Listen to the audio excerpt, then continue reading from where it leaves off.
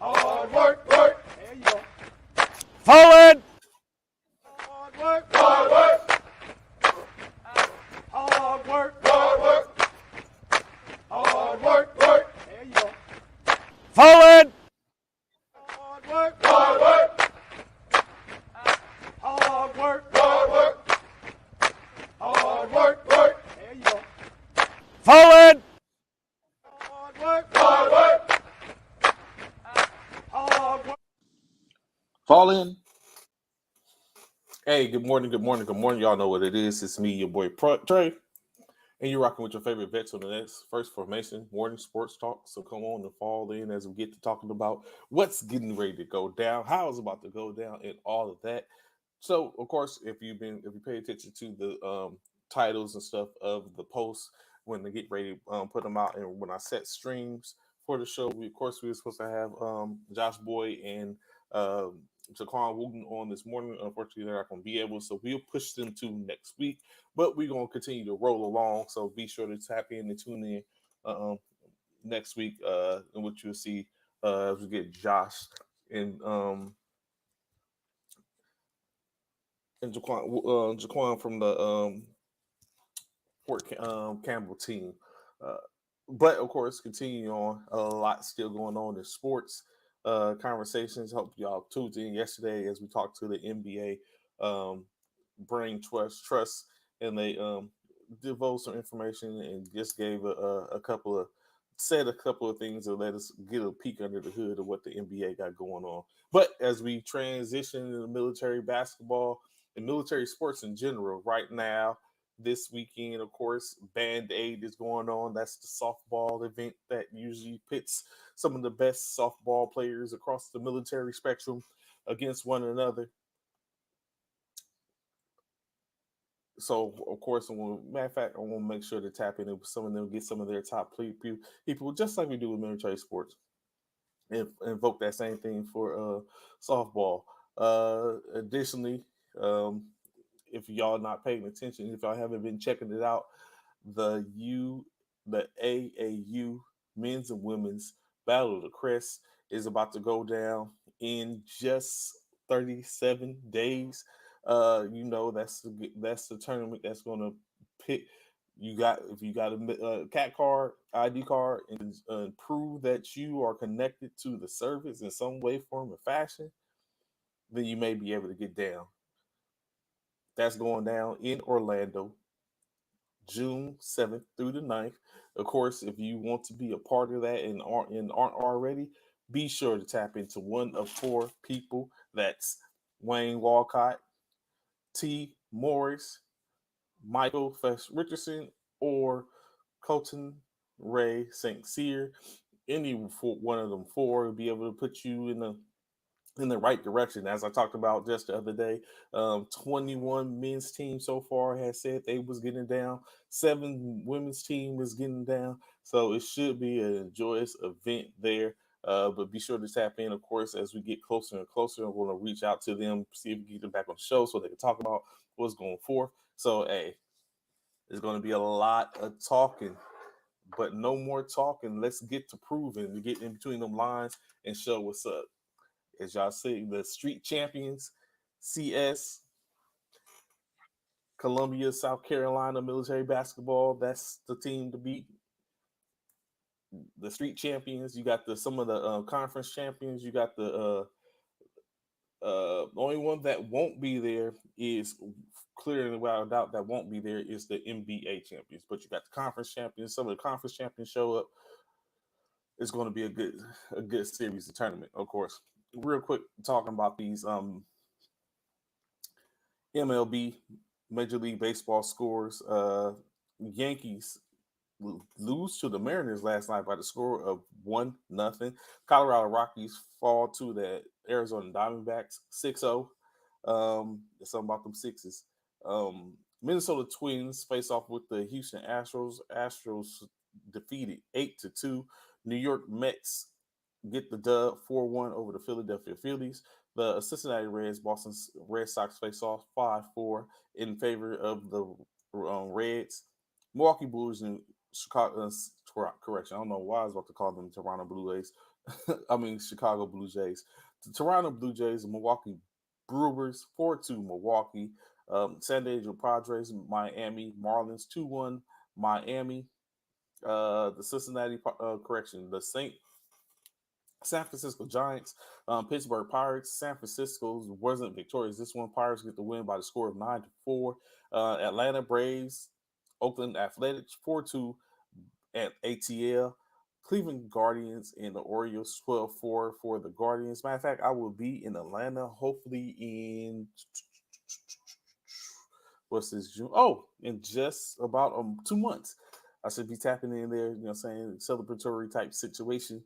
We'll see end of July, maybe get some people to pull up. Tampa Bay Rays and the Chicago Cubs. Rays get the dub 4-3. Los Angeles Angels and the Chicago White Sox. Excuse me, Lord, forgive me. Los Angeles Angels, Chicago White Sox, 12-5 Angels, 3-2 Tigers over the Texas Rangers. And last but not least, unfortunately, the Los Angeles Dodgers fall to the Washington Nationals by the score of 10-6, which for the most part puts everyone in the position where they finish their series. So a couple of new series start tomorrow. Oh, no.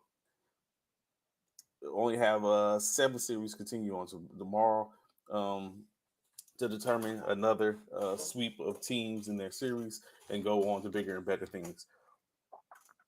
So now when you look at this, right, tonight is the night. Tonight is the night where it all starts to go down. Everyone gets the opportunity to see who is built like what. Tonight, Denver Nuggets, Miami Heat, Game 1 of the NBA's 2023 championship. We'll get an opportunity to see who is really about that life. Of course, I have not made my prediction yet on who is going to be victorious, but I plan to have done it today, by the time we get off this broadcast today. But a couple things, of course, went down. I am so sorry or missed to sit up and realize that in yesterday, in naming those coaches and those positions, those jobs that was out there, I left one off. Of course, 1 second.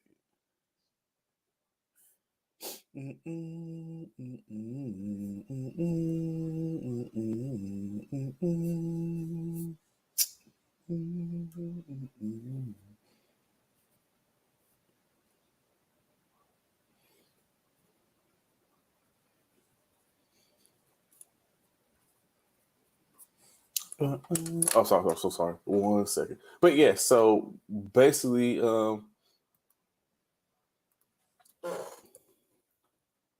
those positions I named just the other day, in which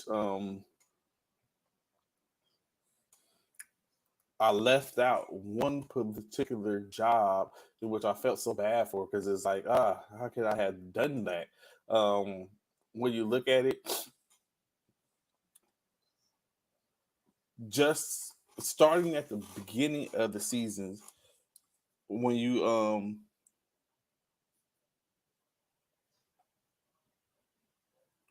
when we talked about it, it was a couple of jobs, 5 jobs by the end of the season technically were all open when it was all said and done. And now all but two of the 3 of the 5 positions have been filled so far. So, of course, we know the Toronto Raptors released Nick Nurse, and he was out of a job. The 76ers fired Doc Rivers, which left him without a position. The Houston Rockets fired Silas earlier in the year. I mean, late in the year, towards the end of the season, that left them without a position. The Detroit Pistons did the same, and then the Milwaukee Bucks, of course, got rid of their head coach. And now, but 3 of the 5 have found have found coaches actually. When we know, I think we spoke about yesterday just briefly. Nick Nurse, now the new head coach for the 76ers, taking over for Doc Rivers. Um, in Milwaukee, Adrian Griffin, now the head coach for the Milwaukee Bucks, where we spoke about briefly. Hopefully that we get to see he gets some bring some prowess, a defensive prowess to that organization. Um, Additionally, yesterday, the Pistons hired Monty Williams, former coach of the the Phoenix Suns, now the highest paid coach in NBA history, 6 years, $78 million, I believe, to coach the Detroit Pistons, which is interesting. Of course, just coming off a Coach of the Year campaign, just 2 years after he took the Pistons to correction, took the Suns to a NBA Finals. Uh, he is fired 4 years after 4 years, 62% win percentage at that particular time. Now he leaves what he had in Phoenix, uh, and now put in a position to be coaching a young core of rising talented players. Of course, you got Ivy, Duran, Cunningham. Will be coming back. Wiseman, um, Isaiah Stewart, and a wily veteran in Bogdanovich, who scored 21 points. Correction, 22, about roughly 22 points a game this year, which was a career high for Bogdanovich. So he might have a squad. Currently, they own the fifth the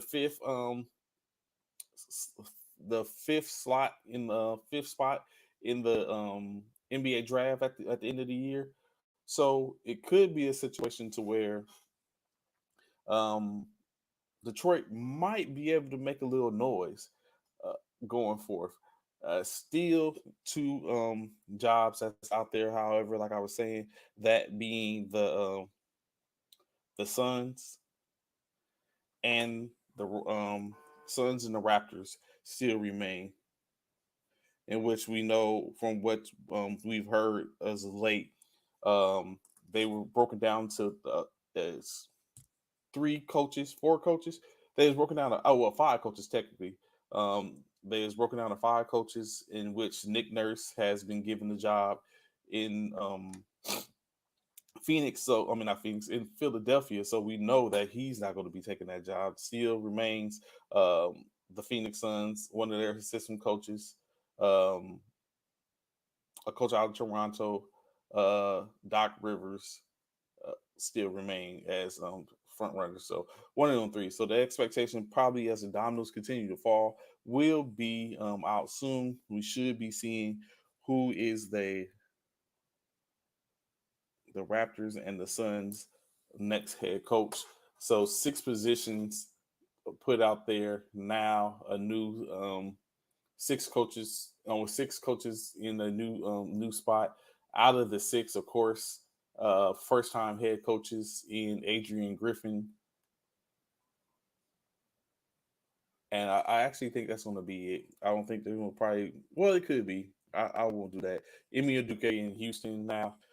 Nick Nurse in Philadelphia. Adrian Griffin in Milwaukee. um, Monty Williams in Detroit. Now we just basically sit and wait to see who the Raptors and the Suns are going to be willing to bring into their organizations to basically see if they can push them to the next level.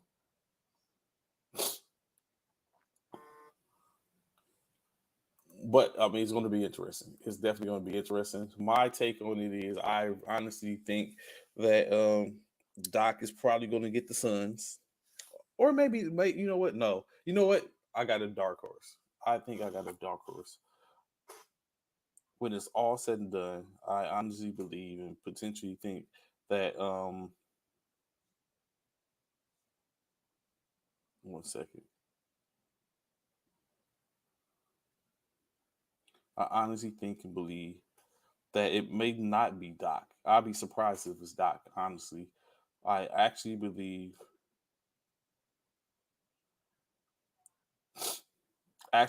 that it's going to probably be Kevin Young.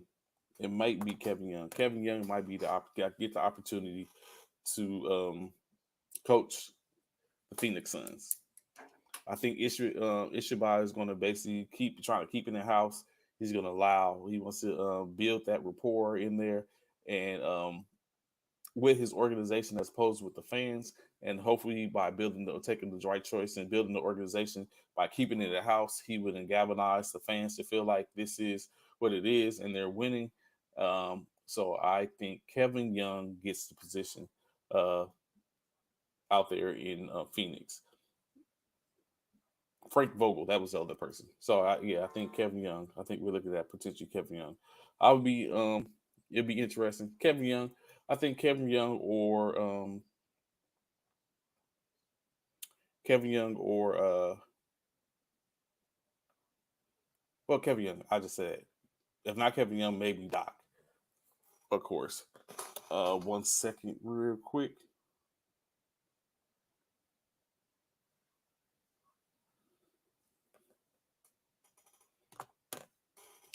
One second. What's good, Josh? Hey, good morning. What's going on? What's going on, man? I thought you was a little busy this morning. I was. I kind of pushed things to the right. I'm waiting on Quan to get on here too. So if you want to keep going with what you had going, he should be joining at any time. Okay, no problem. We can rock with this. No problem. It's no problem. We can continue to shoot it out there until you get on. So I was just talking about these coaches in this situation. Uh, with of course Monty Williams being hired last night, yesterday, 76 million. What's good? The standing glad to have your formation this morning, bro. What's been good with you, man?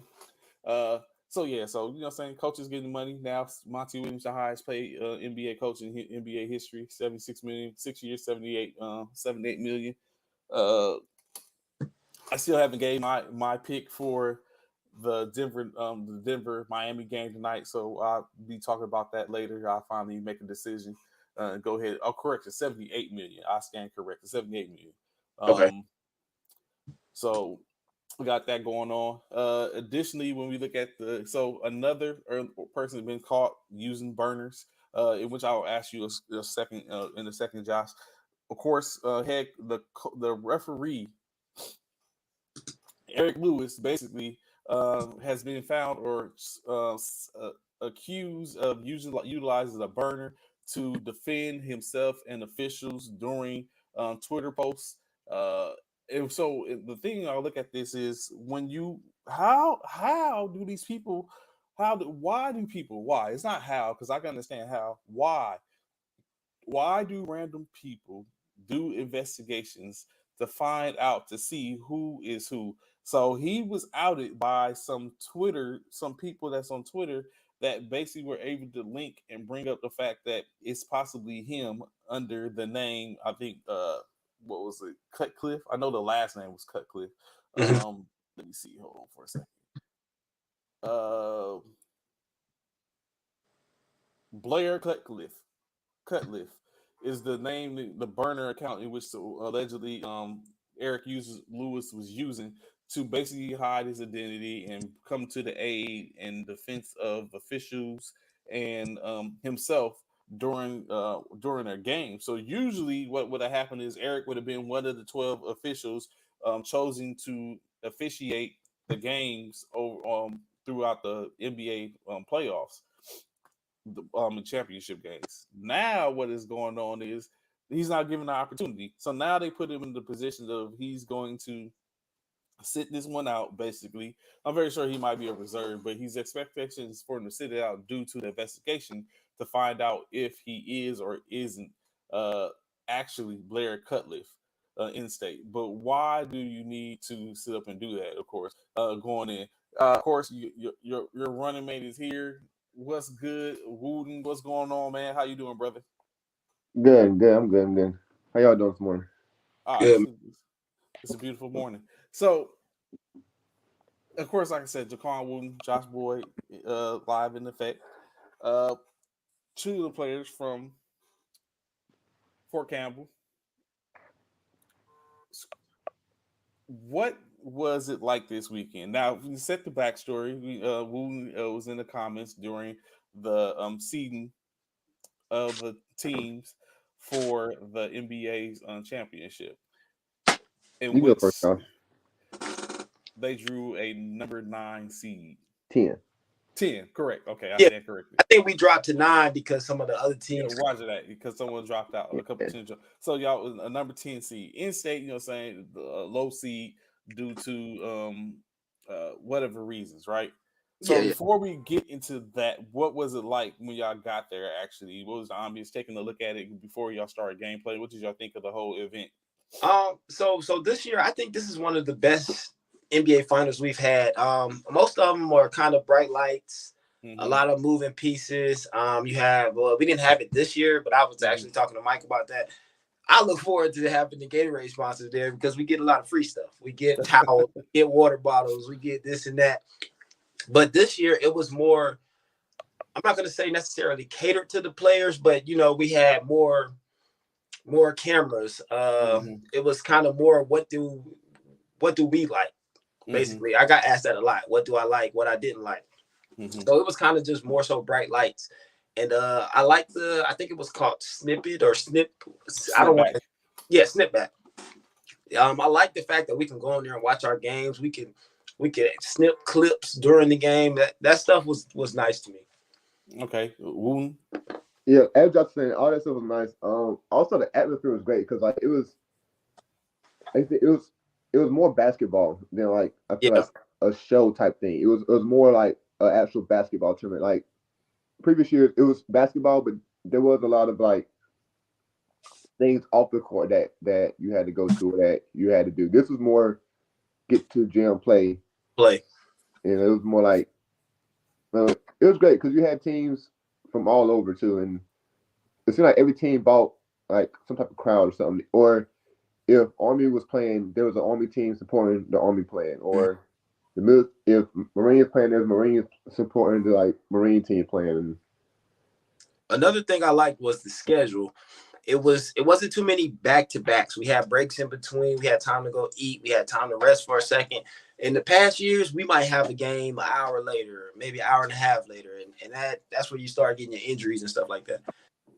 Okay, so Wooten, you just said both of y'all sound like y'all saying that basically there's more. You feel like there was more an emphasis on the player and the play and the player as opposed to years before. What exactly when you say that? Are you saying is it to be said that you felt like it was more emphasis on the event as opposed to the gameplay, or that you didn't feel like it's centered on the player in general?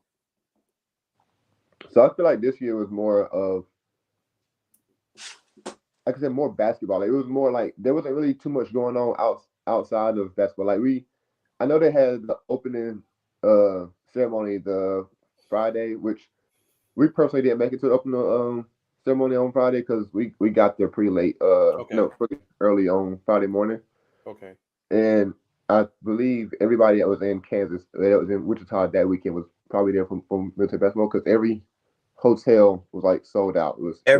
We stayed in Motel 6. Everything. I know me personally, I got there 3 or 4 Friday morning, and every hotel I went to, they were like, "We're booked, we're booked, we're booked, we're booked." So there was legit. It was a lot of people there. I think it was more people there to support and watch military basketball and what was going on.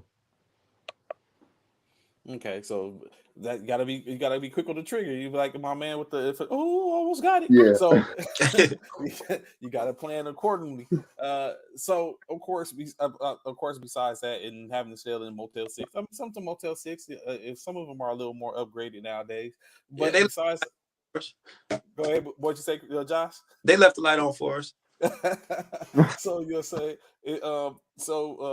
going into it, like you said, more of an atmosphere that was conducive to the player and playing, having things, Josh said, an opportunity to have an opportunity to rest more, as opposed to in previous years having maybe an hour getting off the court after playing for a good time, and then have to play within the next hour and 45 minutes.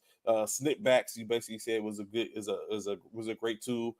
Which Commissioner Myers, he spoke about that and kind of told me about the snip back. I went and take a look at it. I was like, okay, you know what I'm saying? That's what's up. Of course, it put out a couple of highlights. Of course, one of the bigger highlights was the 5 points in 1 minute and 1 second game. Going into it specifically for Fort Campbell, who was your pool play? Who was in your pool? So we played Nellis first. Nellis, how did that game go? It was a good game. We came out slow. We came out very, very slow. I think at half we were down like 15. And then to start the third quarter, they went on like a 7-0 run. So we were down like 22. And made some adjustments. Nellis is a good team, though. They're really good. They're really, really solid. And made some adjustments in third. Fourth quarter, we came back, took the lead. It was a back and forth game. They, I think they were up 2 with like a couple seconds to go, and one of our players, John, hit a 3 to put us up 1, which we didn't even know we were up 1. We thought it was a tie ball game until after the game when they were like, "Y'all won." We thought we was going to overtime. Oh, okay. Yeah, I don't know what happened. We were all confused. I thought he shot a 2. They said it was a 3, so ball game. Yeah. Okay. So y'all finished off with Ellis in a 1-point game. Who was the next play in pool? Cannon. Again, started off slow. I think every game in the tournament, we started off in the first quarter slow. We started off horrible. We were down 12 to Cannon, and then Cannon had a great fan base. They talked the whole game. Yeah, they probably for sure had the biggest crowd there. They talked the whole, like, not to the ref. They talked to us the whole game. Oh, so basically trying to get in the minds of the players. Yes, it was so hard not to engage them and not try to talk to them, because they was talking the whole about anything. This one about player shoes, player jerseys. Yeah, it was. They were saying any and everything they could, and then they started yelling at their own players, which was funny to me. But yeah, and that second Cannon game, or the first Cannon game, came down to the wire as well. We had a look. So we played Benning in the conference championship game last year. Okay. We ran a play over the top screen, and it got Jaquan open for a wide open 3. For a 3-point, yeah, I remember. We ran the same play against Cannon. He shot it, banked out, and they won by 2 or 3, I think. 3. They won by 3. Same play. Yeah. He was wide open again. So yeah, I'm gonna have a gym this week. Getting some shots up. So okay, Cannon for y'all. So Cannon was the only loss before y'all championship game. I mean the championship, the semifinal game, correct? Yes. After that first Cannon game, we played the Marines, and then we played Cannon again. And the Marines came out. They came out hot too. They came out hot. Yes.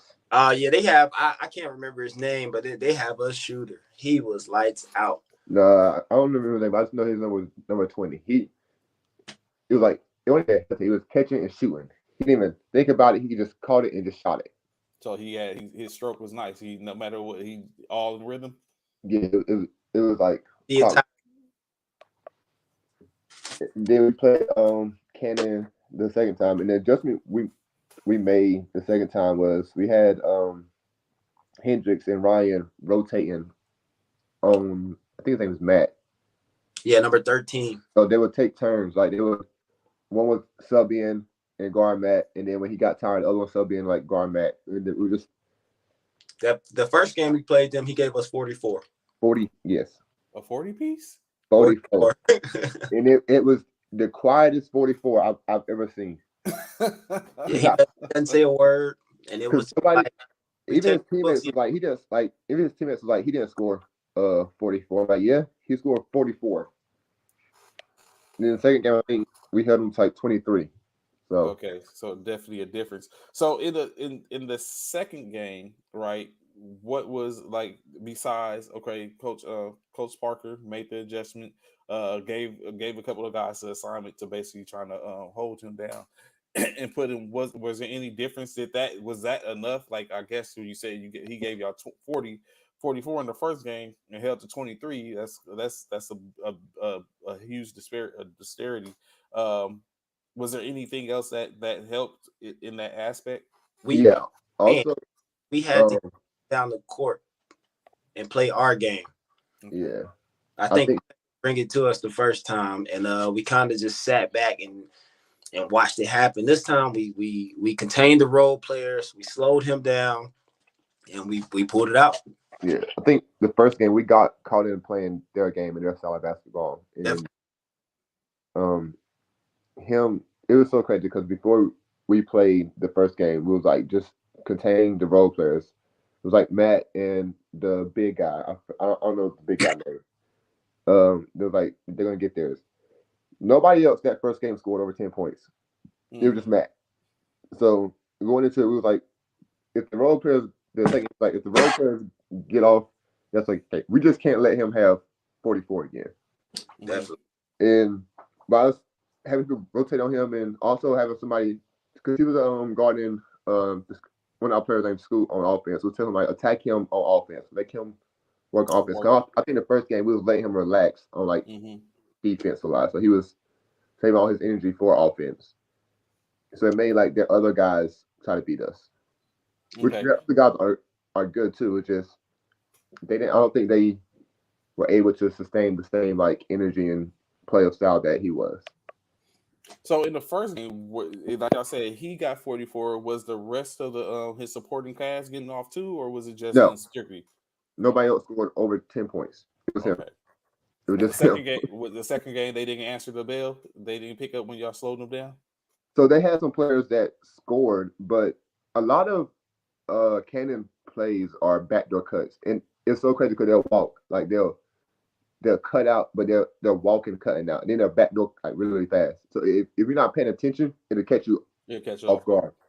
Yeah. So, but a lot of it is also him coming off of Irish cuts and coming off a lot of swings. So after a while, also like I'm one of the players.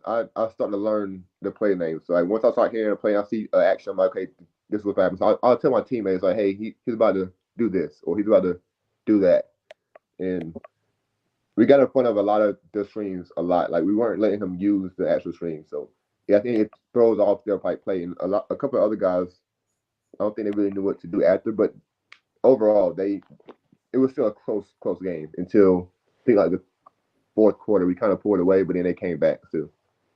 Yeah, they Mm, definitely made a little run. okay.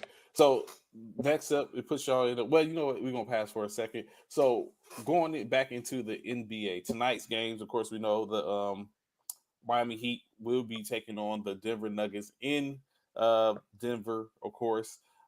What first and foremost, who y'all guys got tonight? Who you got for the series actually? Denver in 5, maybe 6. I say that I agree. Same thing. Denver. Everyone's just on the Denver train. Why the Yeah. Denver train? Why But Denver? first, I think because them first 2 games in Denver is gonna hurt. Because I remember the first time I played in Colorado, Hmm. and I think one of our teammates like Towns and stuff there. They bought like some canned oxygen, and I was like, "What is that for?"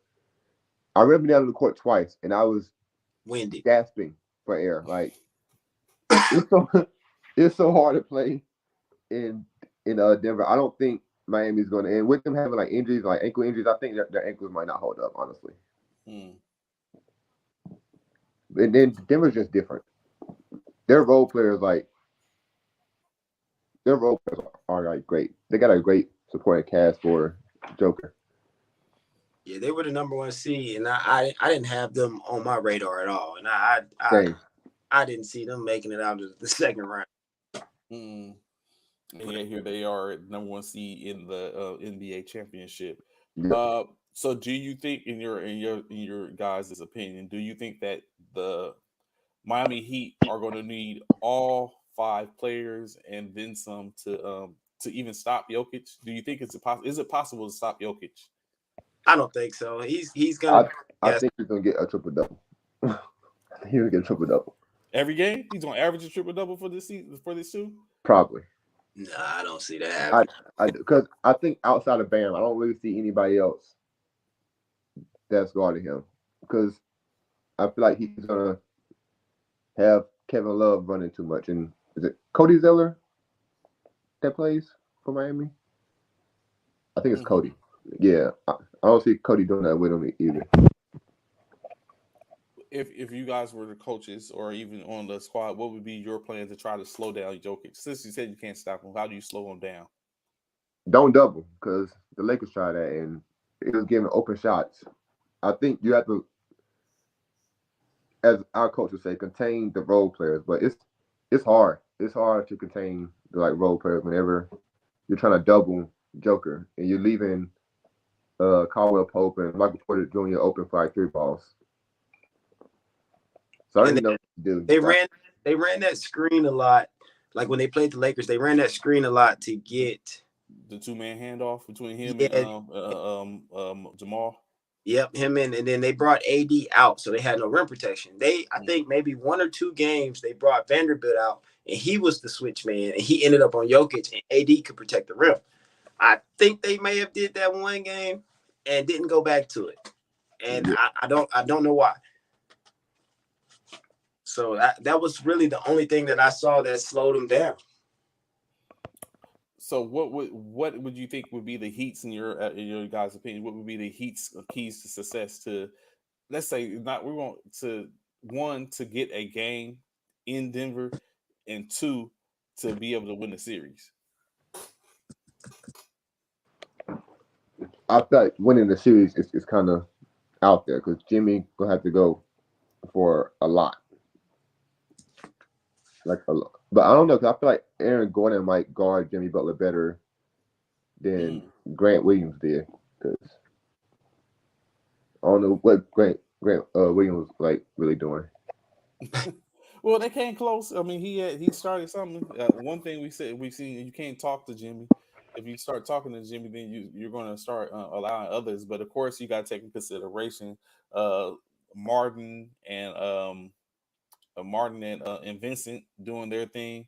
Yeah, Struce doing his thing, and then of course Bam and Jimmy doing their thing going, and then Duncan Robinson when he came in the game, he improved his shooting improved greatly as opposed to where he was just even a few seasons ago. But getting into the playoffs once Tyler Hero went out and had to give Duncan Robinson the opportunity, he has showed his 3-point shooting has been key. So I would think. When I look at it, Miami, like I said, still I'm waiting. Don't wait till later to make my selection. But Miami look like they might be equipped to maybe not to stop. So of course, like you said, you can't stop them. But Miami look like they might be equipped to have some runs in there that may put them in position to make it happen. Of course, currently Denver is 8-0, 8-0 in their arena.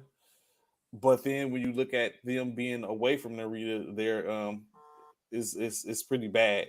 So a key, like you said, on in-state key seems to be that, of course, Denver being at home, and they got 2 games to start off the series at home. Does Miami get one of those 2? I don't think so. if they push the pace, they can.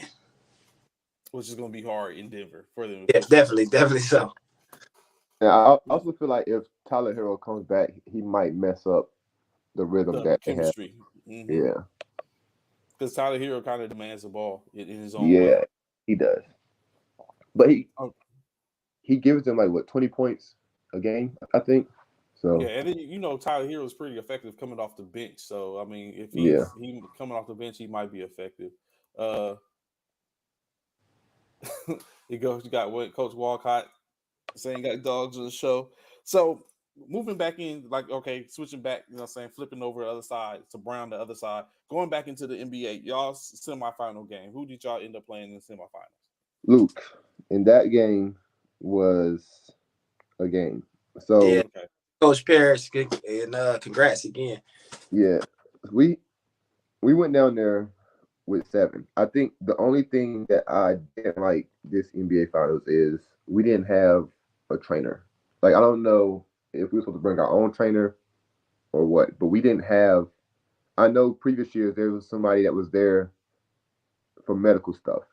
Mm-hmm. So with us only having 7, one of our players got elbowed in the eye. It wasn't intentionally, but he got hit in the eyebrow in the first quarter, and he needed stitches. Mm-hmm. But he wasn't seen until the start of the fourth quarter. Yeah, so like we were down a man, and it also messed up our rotation. So we were down, like we had our own rotation like figured out and stuff. So yeah, but he was one of the guys that was giving us like 15 the whole tournament too. So it was a big loss. And just off the record, I'm putting him against anybody in the NBA. That's the best shooter. Okay. And so, but y'all would have to sit out without him for 3 quarters. He got when he got injured early in the first. Yes, I think like 7 or 8 minutes left to go in the first. He was hurt, and then come back until like midway through the fourth. And that's when they finally stitched him up or got some attention to him. No, he put a Band-Aid on. Put a Band-Aid on it, and we had to take him to the hospital after. Yeah. How many stitches he ended up getting? I'm not sure. He didn't end up getting them until he came back to Campbell. So he may have them. We went to like 4 urgent cares, and they were all closed, and the ER was taking hours. So they glued it back together, and he got it either yesterday or Tuesday. Okay, but he's okay. Yeah, he's good. It was just, I think that granted, we start off slow again, but yeah, we started off slow with Luke, and they're a good and dominant team. They do have a great programming system, and we just never could get the lead back. We cut it down to 7, 8, and then some stuff took place off the court, and it kind of just took our concentration off, and they never gave the lead back. Yeah. So you say stuff. Go ahead, Woo. I do feel like if we had our 7th player, it would have been a closer game because we start off slow against everybody, and we always fought back. It was just our first quarter was just horrible, but then second, third quarter was our main quarters. And he was one of the big parts of those main quarters. So I feel like if he was there, we could have. I'm not saying fought a little bit more, but I think it'd have been a better game than what it was. And going back and watching the games, our coach told us early on, like we looked like we didn't have any legs, and going back and watching it, he was definitely right. We going down there with 7 was tough. Yeah, we could have walked up the court at the pace we were going. So, you just said something broke your concentration. What is it that broke your concentration late in the game that wasn't on the court that kind of like started maybe broke up the runs in which I was doing? So you said that, put it out there. What happened? If you can tell us.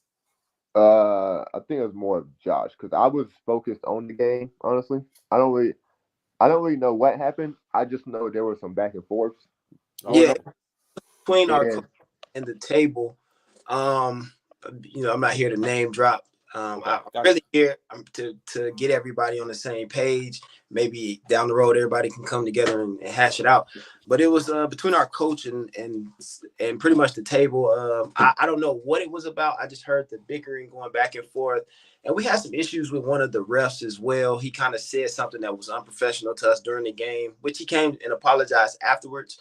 Mm-hmm. But I feel like that was something that needed to be addressed during the game when your referees come together and police themselves up. So it's just stuff like that took our concentration off, and I think we just never got it back. On top of the fatigue, it just all set in with us. Yeah, I think not only like physically, I think mentally we were definitely so. We were tired because the first game versus Cannon, we had troubles with one of the referees. It wasn't like it's not that he was making bad calls. It was just when we were trying to go talk to him and ask him like what happened here, he won't try to hear it. He won't try to. Yeah, one of our guys for asking what happened as well. But then we somehow ended up with pretty much the same referees every game. We had the same 3. I think one guy was different or 2 guys were different during the Marine game, but the other ones, they were the same refs all weekend. So y'all saying basically you would prefer in the future, if you had one thing to say, that you're rather a diversity, not diversified, to see different refs or combinations. That's for okay. Because it's hard for us to.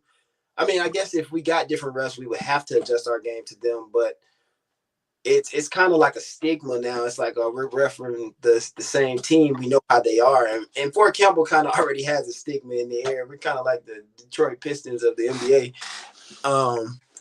It's just, I guess it's like I said, it's a stigma. So yeah, I would like to see different refs, just as everybody else did. I that was not necessarily a target on our head, but it made things more complicated. And if we were complaining, so to say, one game and we have the same refs and then 2 games later, it's kind of like we're still complaining. So I think that it's just something that's held over our head. Mm. So is this a safe bet that from the other games that y'all observed that the other teams didn't have that same they didn't have the same refs or that combination, or there was a good mix of a different ref as opposed to refs teams that they had earlier? As far as I saw, the games that I saw, yes. Okay. Yeah, I'm not really sure. I've seen a couple of refs like rotating. I know for us, it seemed like we had these same 2. Like out of 3, we had 2 for sure. Okay. So continue on, like you said, y'all 7. So what was the end score? What was the ending score between y'all and the Luke? I think they won by 20. I think like 97 and 97. Yeah. And y'all had pulled it within 7 at some point? We were within 7. I don't know if it was before. I think we were at halftime. We were down 14 at halftime. We cut it down. Our goal was 7-7 at least. Okay. And we cut it down going into that third. I think maybe to like 8 or 7. Mm-hmm. It was a close game though. And then all the court stuff happened. Yeah, all this stuff took place off the court, and it kind of okay. Now I'm starting to see now. Okay, so who outside of the stuff that happened outside the court, who was the problem on the court for Luke? Everybody. The guy, I think he won MVP in the finals. It was their big man. No, not big. I can honestly say, hard chasing him around off of 3 screens all game, man, and he lights out. But between him and their big Sutton, yes, Sutton, yep, Sutton. He has this footwork that's out of this world, and then he has like an underhand scoop, and he doesn't miss. It just never rolls out. But those 2, and then Boyd is a great point guard controlling the game. Okay. And then the unlikely, like we was just talking about, getting the unlikely of Vinny basically getting off, and no one was expecting him to be doing what he did the whole game, the whole series. And okay. So did y'all sit around to watch the championship game? Yeah, some of us did. We came. We had floor seats, so why not? What did you think of the championship game? It was a good the play. Say that again. I'm sorry to cut you off. You get the production, then the play. What did you think of it? I liked it. I wanted to be there so bad. But like I said, it was bright lights. The production was great. We had floor seats at that. I think the game was a good game, and until the end, I think CMB just was gassed, especially after that game with Benning they had. They went to overtime. I think it just took everything from them because they were going back and forth. And at the end, Luke just pulled off. Okay. So you just said something that was key. You said you wanted to be there. What was it like to know that potentially you could be playing on a nationally televised game for the championship? That's the first thing. You answer that. What did y'all feel about that?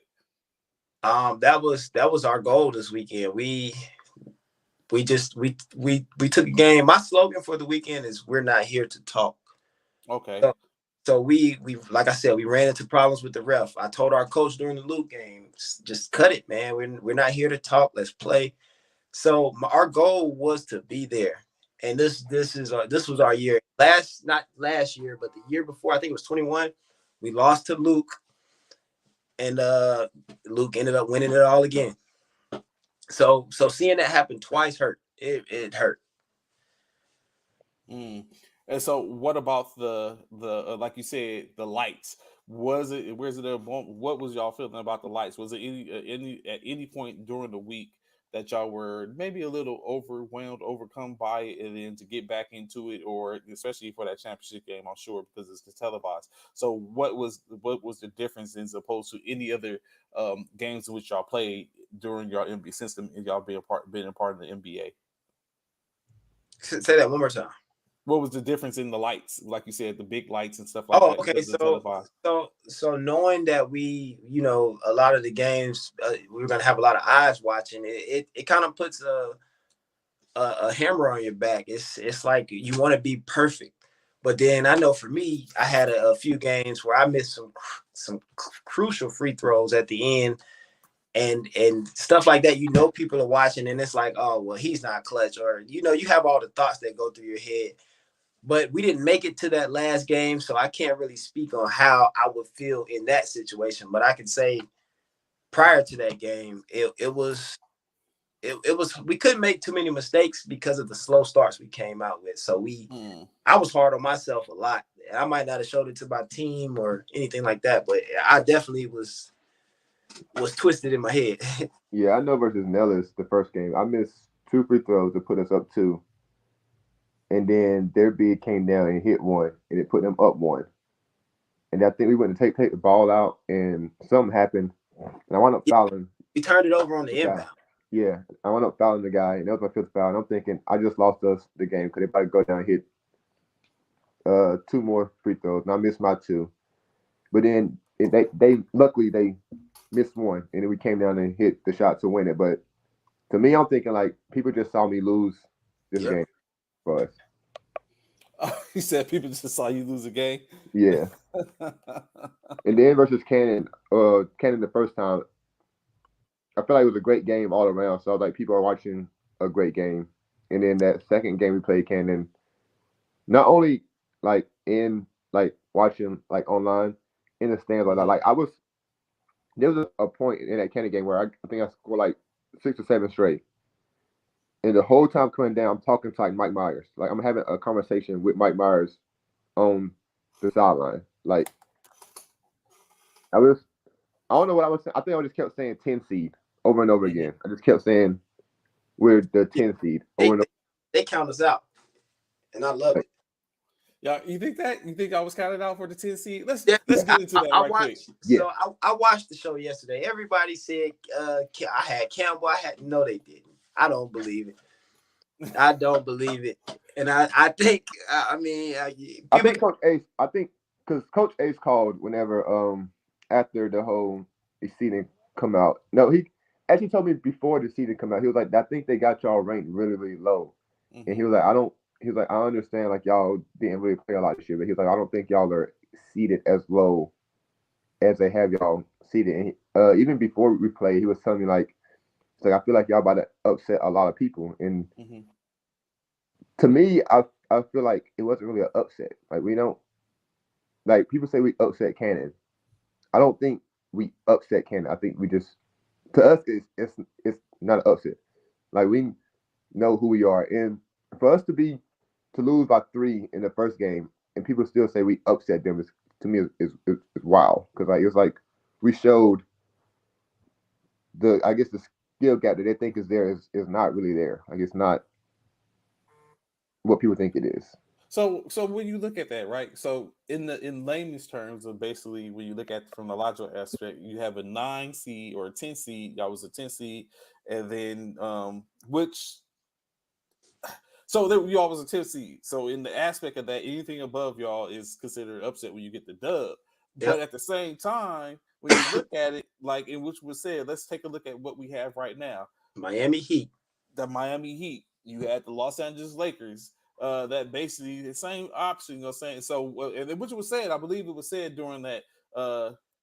In which it was basically said that of course that it's a difference. Like you got to the seed really doesn't make a difference because your gameplay is going to be what it is. You only receive it that way because y'all didn't really get any much burn from my understanding during that show. So if people engaged and took a look at your seed, then that was saying shame on them to where you end up being one of the final four teams. Like he said, yes, that was an upset. The Campbell game, just first game, was a classic. Second And too. and then just like Coach Walcott said, seeds is never matter. It's all subjective. And you put them on, you lace them up, and you go ahead and go get out there and walk. Of course, you know what I'm saying? And that was said, y'all wasn't a true 9th seed, 10th seed, or whatever case like that. That wasn't the case. So anyone paying attention to that, it was shame on them because, of course, no different from the Lakers, who was the 7th seed that took care of business. They just ran into a buzzsaw at the end of the season. And then now we have an 8th seeded Miami Heat team that is getting ready to face off tonight. So the seed really doesn't make a difference. It's going to be in state what it was. But I guess if you, like you said, you can let that Gavin, you can use that as bulletin board material as you did from onset. You had a huge problem. If anyone had a problem, Jaquan Wooten had a problem with Yeah, I was hot. Campbell I was mad. being a I was 10 seed. I was extremely mad because I feel like even though we didn't play a lot because in-house things, like we had people that was gone for rotations, we had missions, we had like I'm about to go on a rotation June 25th, so it was hard for me to play because my commander and first sergeant was more of let's get ready for this rotation before anything basketball. It's like let's get ready for the army stuff before we do anything. So I missed a lot. We had players who couldn't make it because of other things dealing with like army stuff. So like and then first to know like how like I think we played like 4 or 5 games or something this year. So it was I don't think like I said as I said we weren't I don't think it was a true 9 seed. I don't think we were. I think because of what we did, like because of how little we played, that we were a 9 seed. But I don't think skill wise and talent wise we were a 9 seed. Like Definitely not. because us and Ben didn't play. You can ask Coach Ace. I told Coach Ace before the finals, like before we even got there, I was like, I feel like this year might be the year that both of us meet in the championship game. And we were both one game away from being in the championship game. Mm-hmm. So I felt like this was a year that we could have both met there, which we both played some great teams. And again, not take away nothing from Luke because they're a great all around team. And Coach Parrish is an amazing coach. So Yeah, he's just saying Wooten gets better every season, of course. yeah, I don't know. I was telling one of our guys, I was like, no knock on Luke's players, but we just lost to them without their best player. I think they were missing a couple other players. Mm-hmm. So like the way that Coach Parrish is like coaching is crazy. It's to have the guys do what they did. Like they didn't. It was like they didn't miss a beat without their star player at all. It was like if you never watched them play or knew who Luke was, you would have never known that they were missing any players. So of That course, still had me hot. That and then when we lost the Cannon that first game, I was heated. I was mad because I was like we had a chance to win because I think we wound up going up 8, and we made some mistakes, and I didn't really shoot the ball versus them the first time. The second game we played them, I shot the ball a lot more. I shot a lot more mid range shots, and which I think I should do more because my teammates get on me all the time for not shooting the ball. He can shoot right over the top of everybody.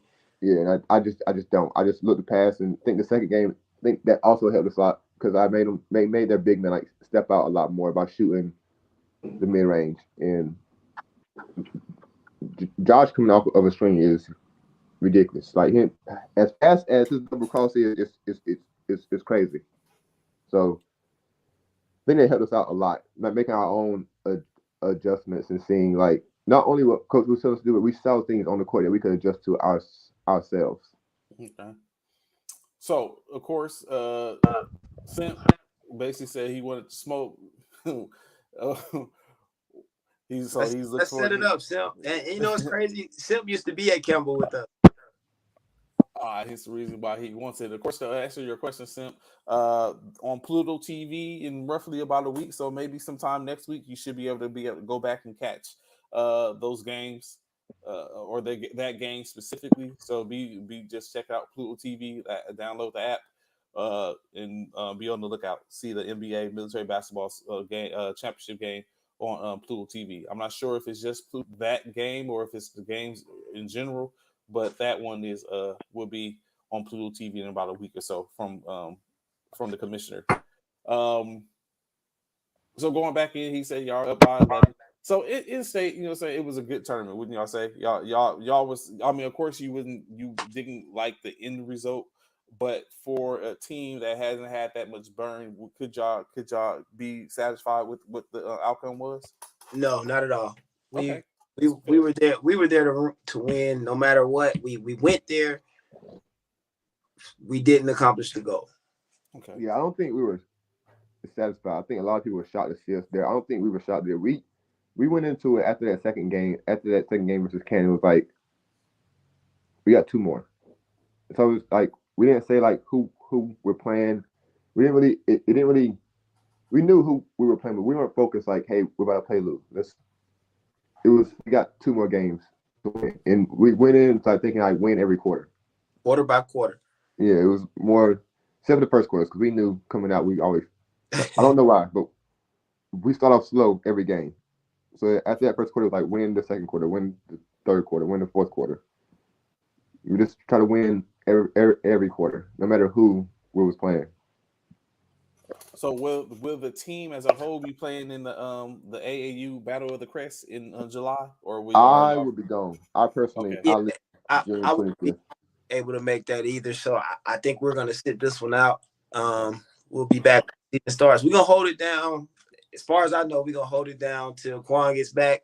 Around that time, we should be headed into nationals and then back to the finals after that. So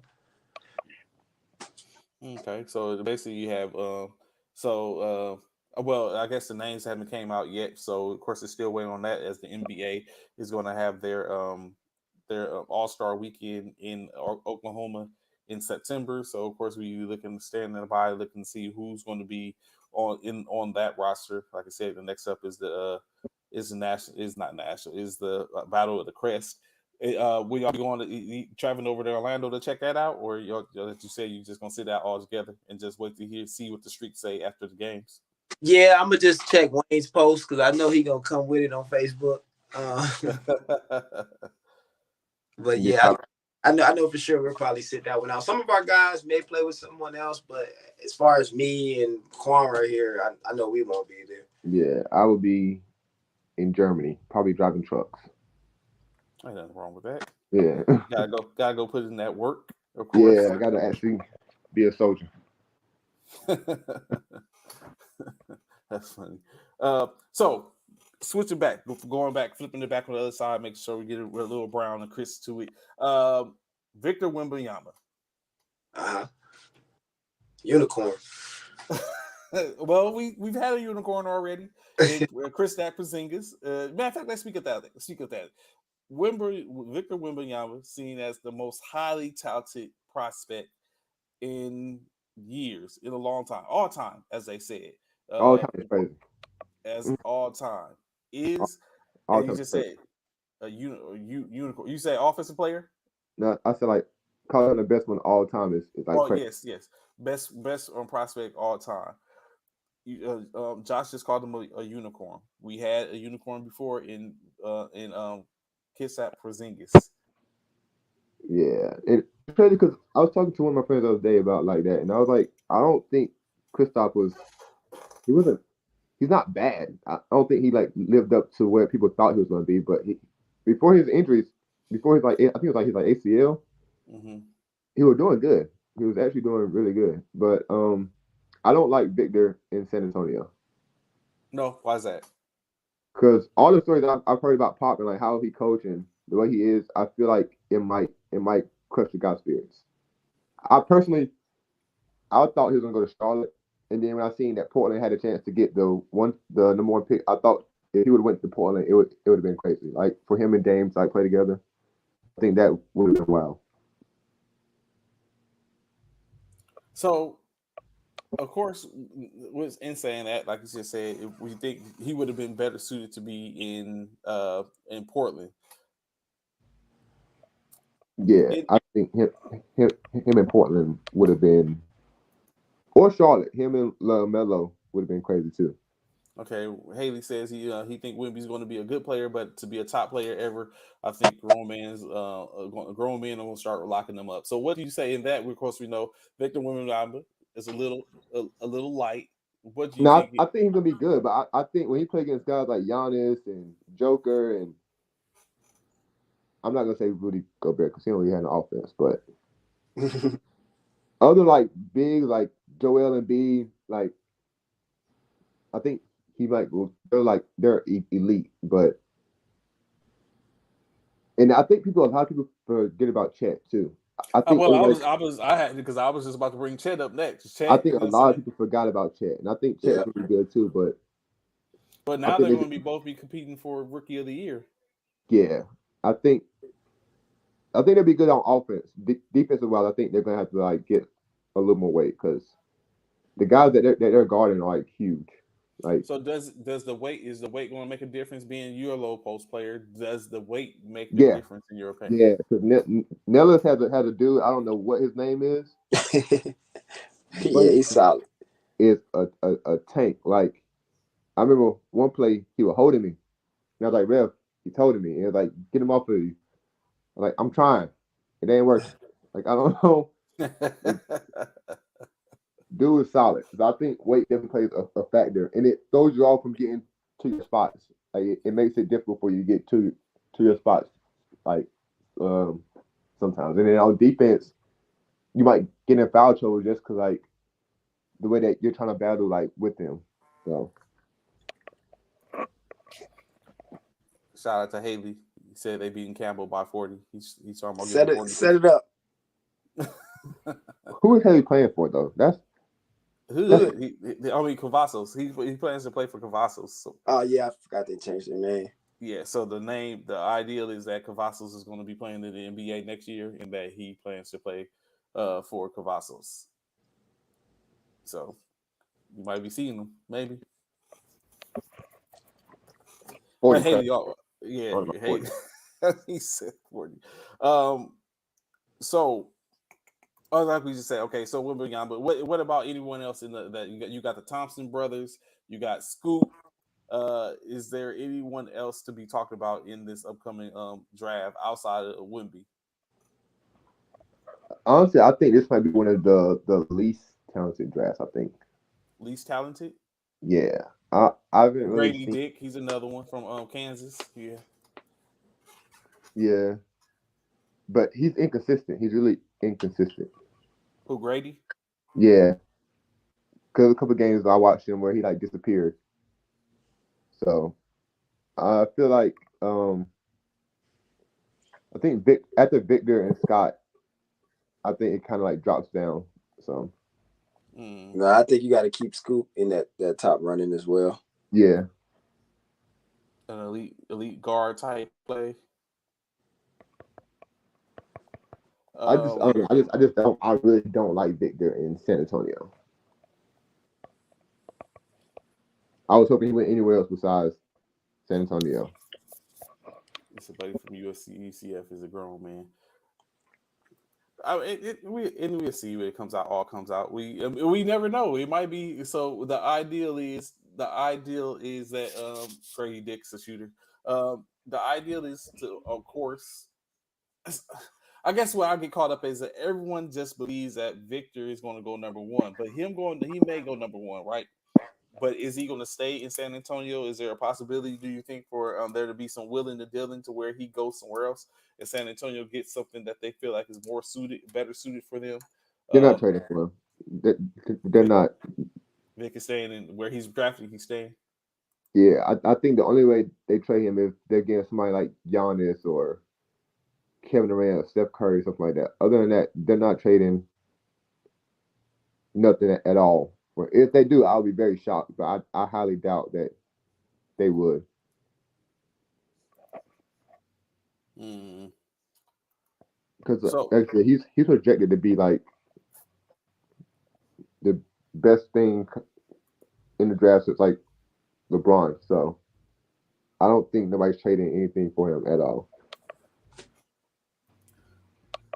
But I'm also ready to see how he plays in the summer league.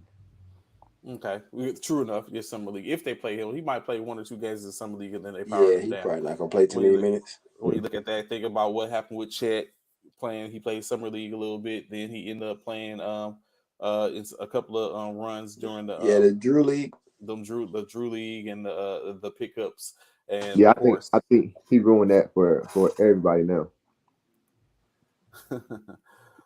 Josh, who's your favorite NBA team? I don't have a favorite team. Kind of a person player. I was a D Wade fan. But yeah, I don't have a team. Okay, so of course, when you look at it, it's a couple of organizations and teams that are going to have some. I guess you could say some key players that are going to be on there that needs to be even retained or allowed to walk. Of course, one of those players being the Golden State Warriors, Draymond Green. Do you think he walks? Does Golden State allow him to walk currently? They shouldn't. Their GM, their GM Myers steps down, so they don't have the same GM. So there's already starting to be a change of the guard. Wooten say they should let him walk. Why do No, you no, think they no. should let They him walk? shouldn't. I don't think they should. I think Golden State needs Draymond as much as Draymond needs Golden State. Yeah, he's the heart of that team. Mm. And like I don't think he succeeds nowhere else because he don't really score. He basically just runs the offense and grabs. He showed he could put numbers up now. He's pretty efficient during the All Lakers in the right, he playoffs. had that. He had the Yeah, one game. he ain't done that since like 2015. 2013 or something like that. Yeah. Yeah, it's been a minute, but I think he runs their offense. He's like I was telling somebody the other day. He's like their point guard. Even though Steph is he's their point. He gets them flowing into their offense. They if anything they need to let Jordan Poole go. One of them got to go though. It either has to be Draymond or Jordan Poole. One of them Why does got Jordan to go. Poole have to go? What's the? Do you think from the debacle that they had earlier season that someone needs to go? Yeah. By by far, one of them has to go. And I think they trade Jordan Poole for something because I feel like that big three should. I don't think they're done, but I feel like they should stay together and run it back with something else. Haley says Jalen Brown for Jordan Poole and Wiggins. I That wouldn't is do it going to Wiggins. happen. You wouldn't get rid of Wiggins? I No, don't think so either. but And then, and then he Jordan says Poole was damn around Poole's a yet. bum. He said Poole's a bum. Yeah. So I mean, his playoffs have been terrible. But when Steph was hurt early in the season, that's the reason they're in the playoffs. Mm-hmm. Yeah, I feel like All he needs is somebody courtside. That's it. LA. Which is it's going to be interesting to see. Of course, when you look at it, as we talked about earlier, it's been talked about before. Phoenix Suns, very potent, starting 5 or 4, rotation heavy. They heavy up top in the starting 5, but We ain't got no bench. no bench. The same thing where it's probably going to be the same situation as we look at the Lakers getting ready to go into their season. They got to figure out what they're going to do. The possibility of keeping Hachimura and Reeves, maybe find out what they're going to do with Russell. In which my opinion, they need to go ahead and let him walk. Uh, but then you have other teams without. I think currently that's without superstars, right? Utah, the Nets, teams without huge superstars would have some promise in their organizations. I guess, in my opinion, what going back big, you're a big Wooten. What do you think about the situation in Minnesota? I think you gotta give it time because Cat got hurt this year, Mm-hmm. and I don't think they really got Rudy for offense. I think he's more of a defensive guy and to grab rebounds so Cat can focus more on offense. I think you have to give them time to gel and see how that works because this is their first season, right? Mm-hmm. Yeah, so then you gotta get time to see how it's because Rudy's never been an offensive scoring player. He's more of a defense and rebounding type thing. Kind of like Steven Adams. Steven Adams is there to be a big body. I think it could work out possibly. So, of course, looking at that, like, and then going on to, let's say, opposite side of the spectrum, what about what's going on in Memphis? They done. It's a parade in their city. They're not focused on basketball. They done. That's a huge statement there, boy. But no, do you think there's no focus on basketball? It's just at this point, it's just a media show. It's all off the court stuff. They what only thing I don't like about Memphis, like I was telling some of my teammates, is that Dylan Brooks got like blackballed for what he was doing on the court and stuff. But then the stuff that Ja's doing off the court, it's like people are like, it's okay. Mm-hmm. He can do that. But then I think it takes away from their team. Like their teammates aren't even focused on like camps or training or anything. It's everything they got is what do you think about Ja this? What do you think about Ja that? So I don't think they're even on their focus on basketball at all. He said, "Can you imagine Dylan Brooks and Draymond Green on the same team?" That would be a fight. I think that would be a situation because you got two antagonizers in state. When I look at it, I think the whole Dylan Brooks situation was unfortunate. I think Dylan's going to go somewhere and get picked up and I think he could be an addition to someone's team. I wouldn't mind the Lakers grabbing him. So it's interesting, the simple fact that and he's one of two players in which Memphis didn't have were due to lose. They're losing him and they're losing what's his name, the center, backup center, what's his name, Xavier Tillman. Oh, Tillman. Tillman. Yeah, Tillman. I think is Tillman. Is he unrestricted? He's a restricted, so he's a restricted free agent. So really, they wasn't losing anything. But the simple fact to just dismiss Dylan Brooks, I really, really want to know what was that reason in state because he didn't he make third team or something like that? All defensive NBA this year. I think so. Yeah, I think they blame him for losing that Lakers series. So, but I don't think that was his fault. I had him losing to the Lakers anyway. So before the series even started, I told my friend I had Lakers like 6. Just because I feel like Memphis, they're good in the regular season. I think the playoffs is where they kind of like crumble. And they were definitely missing Steven Adams. Yeah, him and was it Brandon Clark, the other big man that they had that towards like ACL or something. They're missing both. They had like no. Besides Jaren Jackson, when he helps, they can like dump it off or kick it out to like the shooters that they had in that series because they didn't have them for the rest of the playoffs. But so let's do a little. Let's play a little game. So I want to hit you with a stat, and you let me know if it's an over or under for the player to achieve that stat tonight. So of course, Jimmy Butler.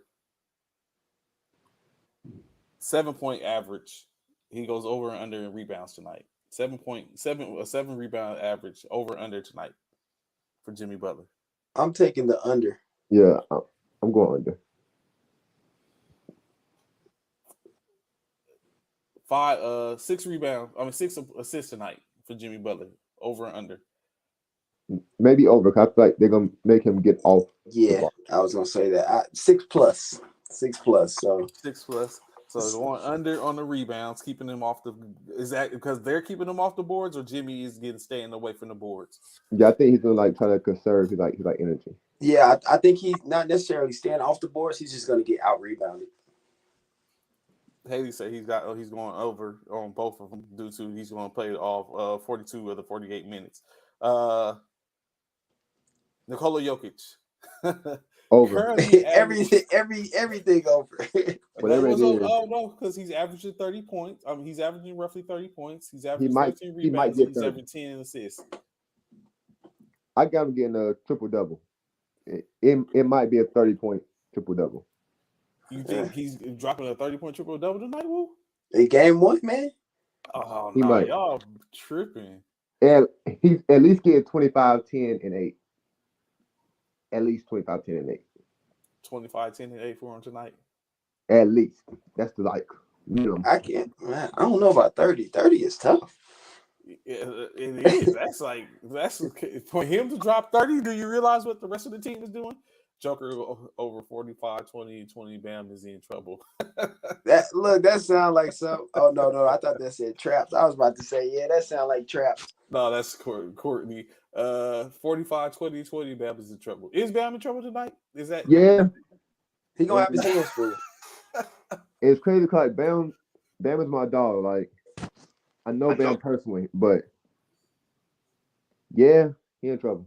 He it's just because like I also Joker plays so slow, and if you look at him, you don't think he can play basketball, but he plays so slow, but it works. Like it works for him. Randall says, the Heat can shoot. Jokic's gonna have to come up on the screens, which means he's basically gonna draw him out the paint. Look at what Joker did to AD. Bam has no post game.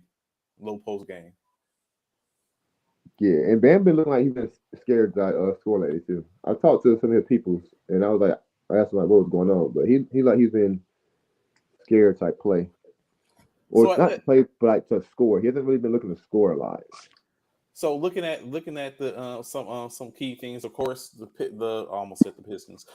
Denver gets roughly 52 points in the paint. Miami 44 points, which means, of course, they live outside the paint. But when you look at that living outside the paint, that puts them in a perspective where they don't get many second chance shots. An average of 12 points in second chance points for Miami. Denver just edges them out roughly with about 13 second point shots. Denver gets out fast breaks, 17 points on fast break points. Miami 11 points. So even in that just alone, that's a little bit of a difference. Currently during the playoffs or the season, during the season, Miami shot roughly 81% from the free throw. 82% for Denver, not bad.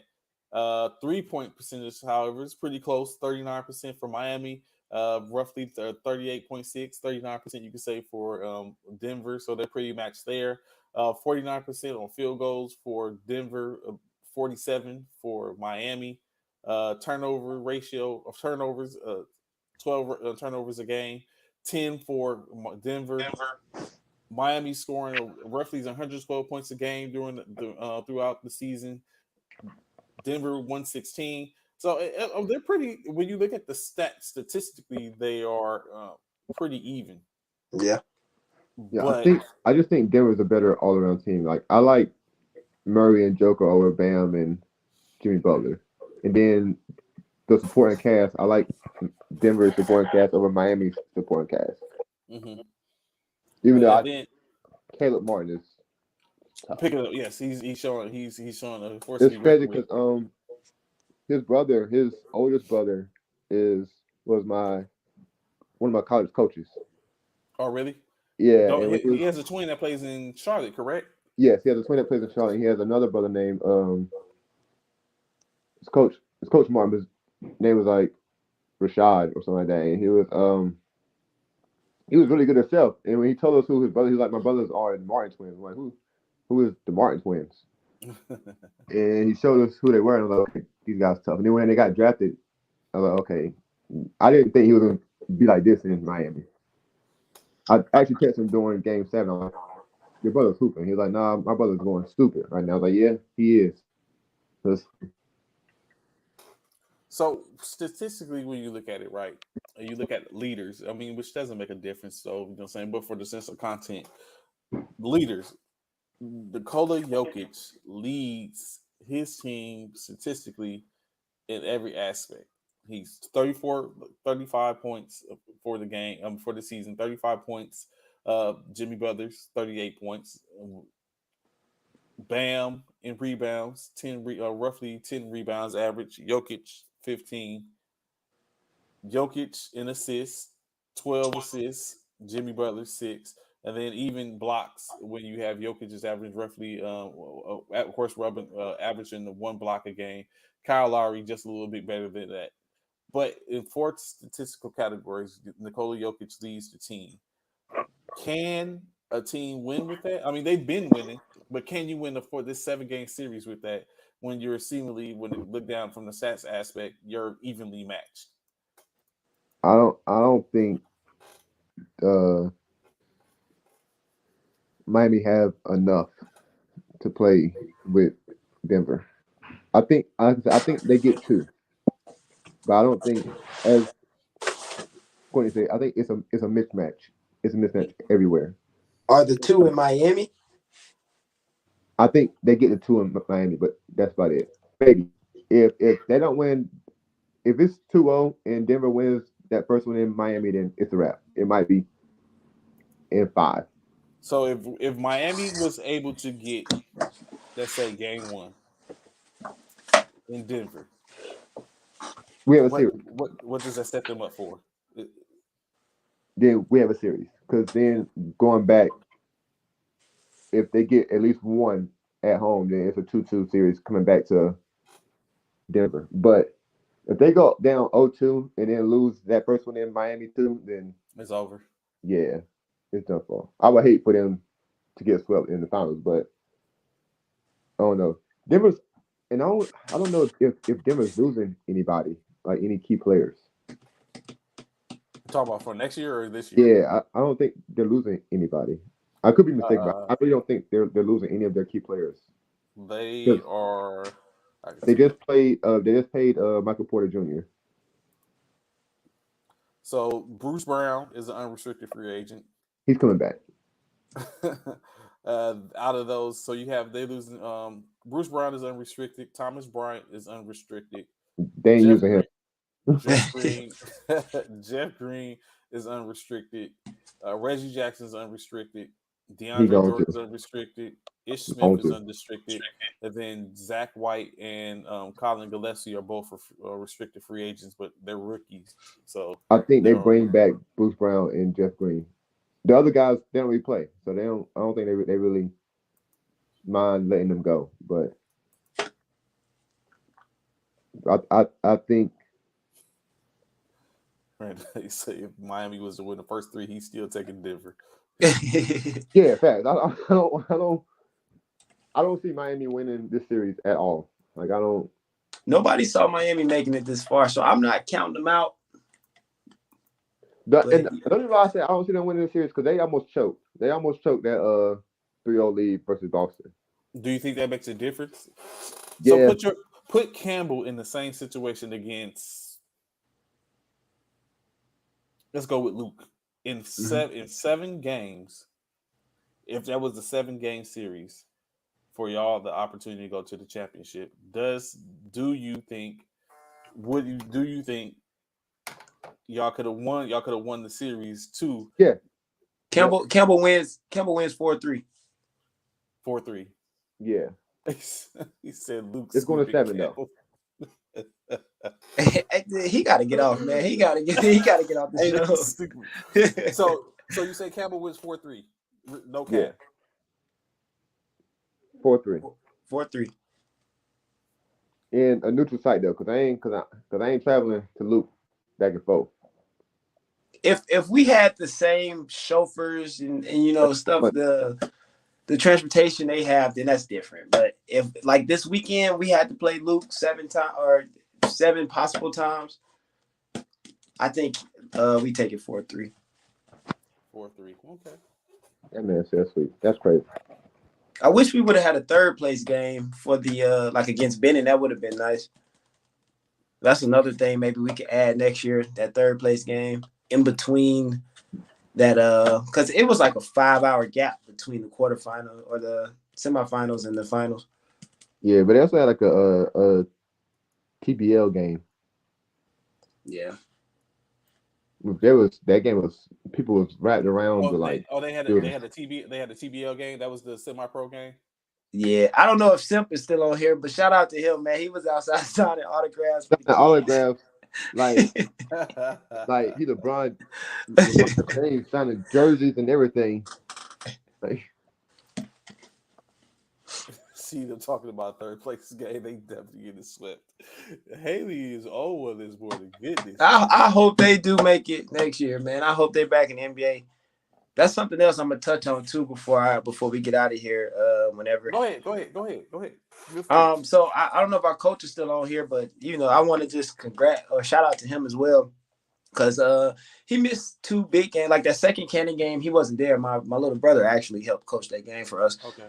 But our coach had some stuff going on at home, and it was a 4-day weekend, and he traveled from Dallas to Kansas every day and back at nighttime. To he had some stuff going on with his kids, his basketball team there. So I just want to salute him for the time he put in with us from day one, just since 2018, 17, whatever it was. Just I appreciate him for being there for us. And it's some guys like me. I'm a veteran, and we got some other vets on the team, and this just keeps us grounded, like dealing with PTSD and stuff like that. This basketball keeps us grounded. So I just want to take my hat off to him and the stuff he does for us. Yeah, no, because that driving back and forth 5 hours is like crazy.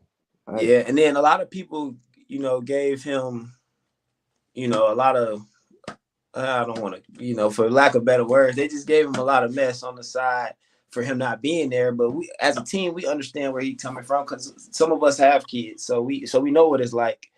Yeah, that's him.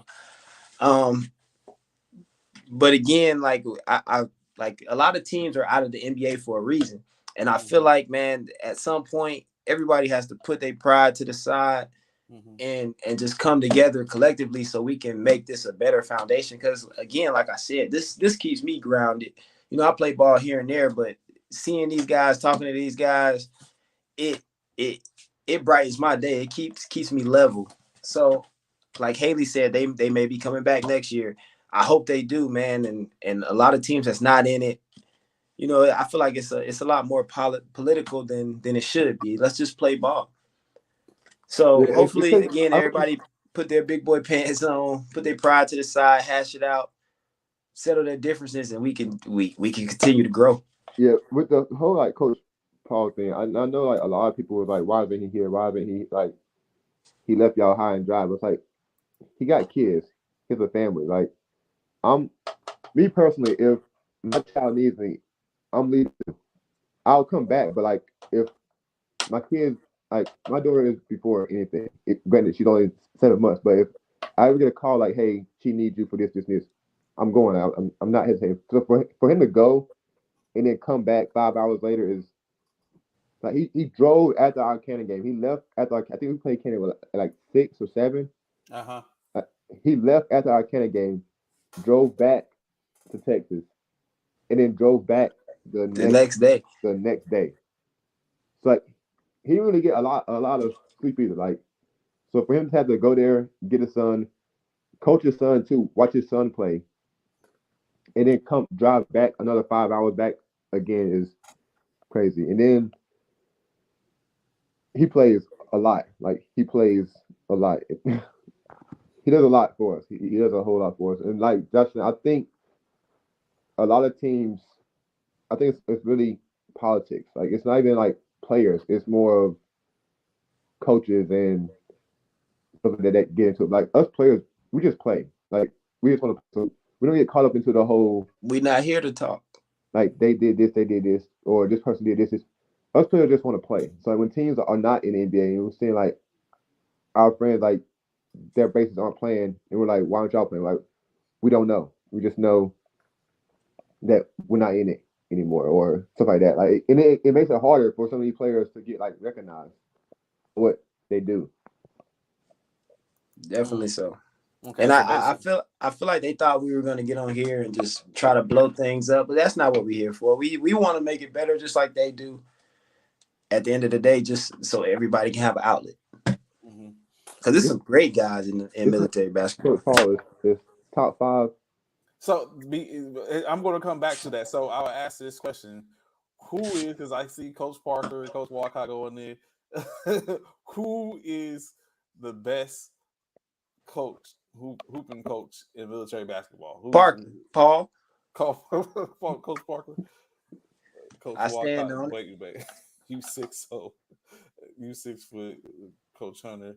By the time I guarded, you were hot. So Yeah, nah, Coach Wayne did 6-0 Coach Hunter, which is crazy. I don't know how he did it, but he did it.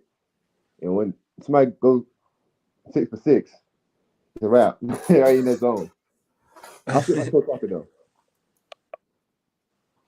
he Yeah, he said, know. "You see, I know." So Coach Parker is best balling coach in the military basketball. Y'all give him that. Yeah, we riding with him to the end. He said Coach Walcott could shoot. Coach Walcott said no one could guard him coaching wise though. You know what? I see. Let me take. I'm taking notes right now. Let me see something right quick. We need to set up a one-on-one. You should get all the coaches on here one day and let them hash it out on here too. So they done talked, saying for the most part. As I said, they talking about full court when ain't not getting up and down anymore.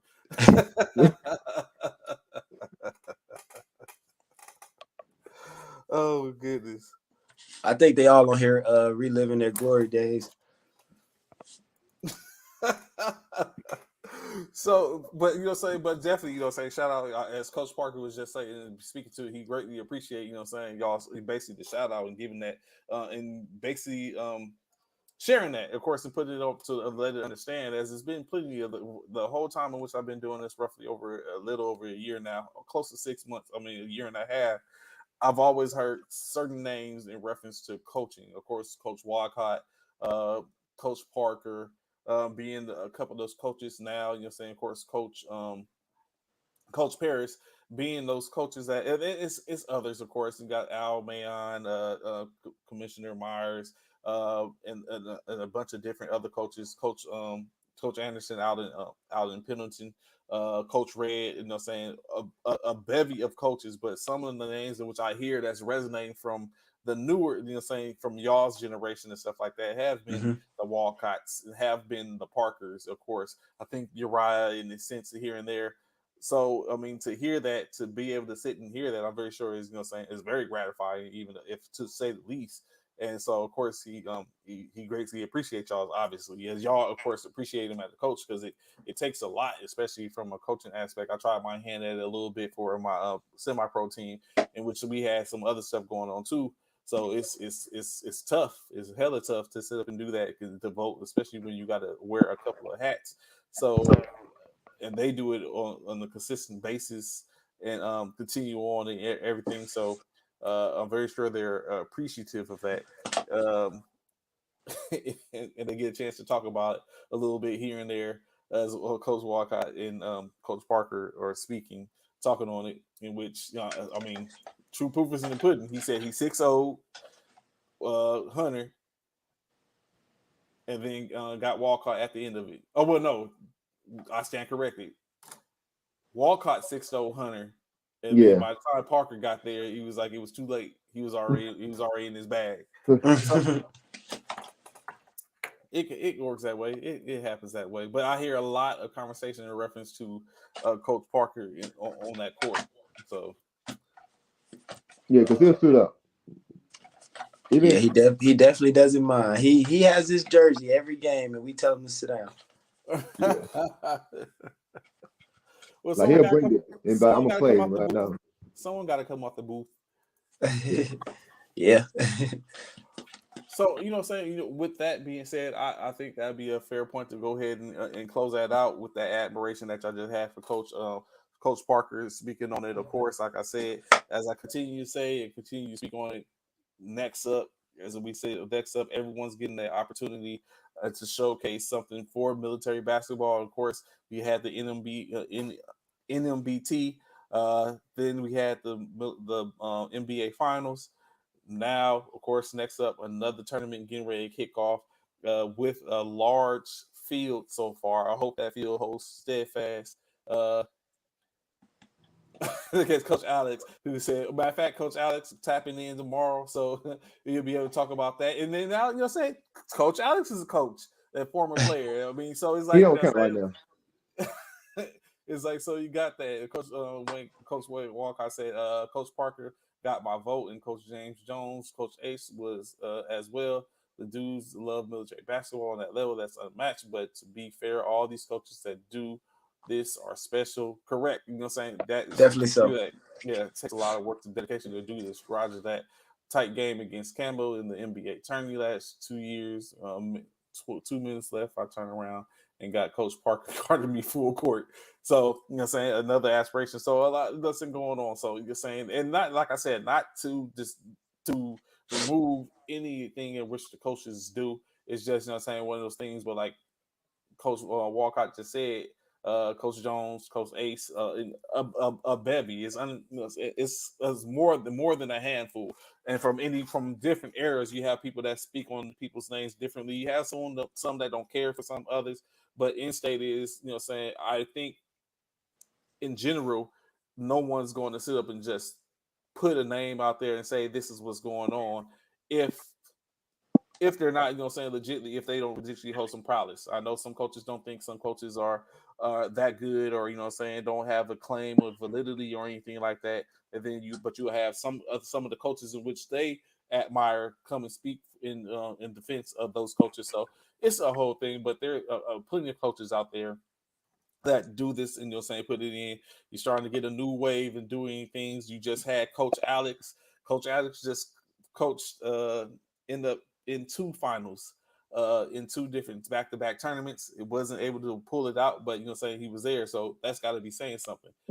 Maybe he gets over the hump, possibly. I don't know. We're going to play one on one next month. I got to check the black on this. I'm knocking down.